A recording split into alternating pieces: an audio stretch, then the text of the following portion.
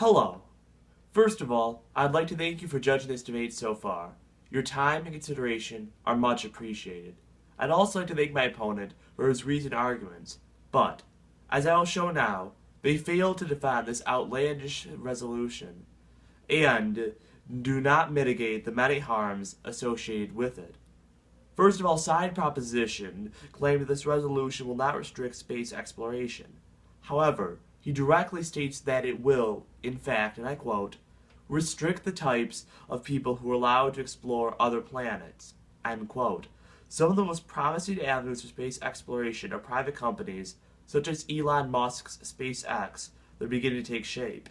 According to the Space Review, even NASA recognizes this, and is increasingly partnering with these private companies. If we pass this resolution, these companies will have less access to unlocking the secrets of space. Side proposition also attempted to refute the irrationality of protecting creatures that may not even exist by claiming that we have found evidence of them.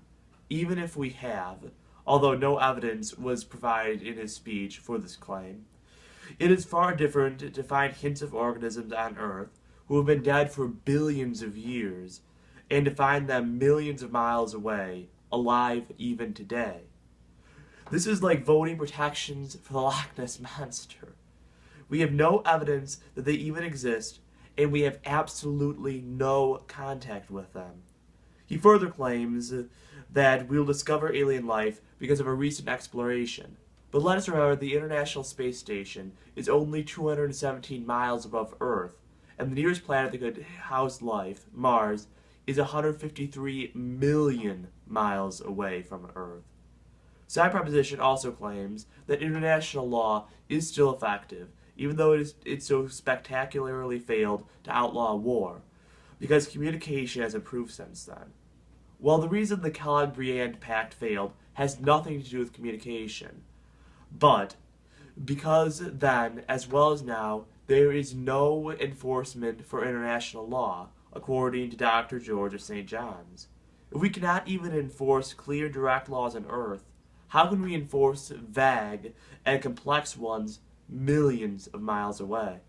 The numerous and large unsuccessful climate agreements made over the past decades demonstrate that international law continues to have no effect even today. We live in a time when many of the greatest political issues are over the definition and protections of life.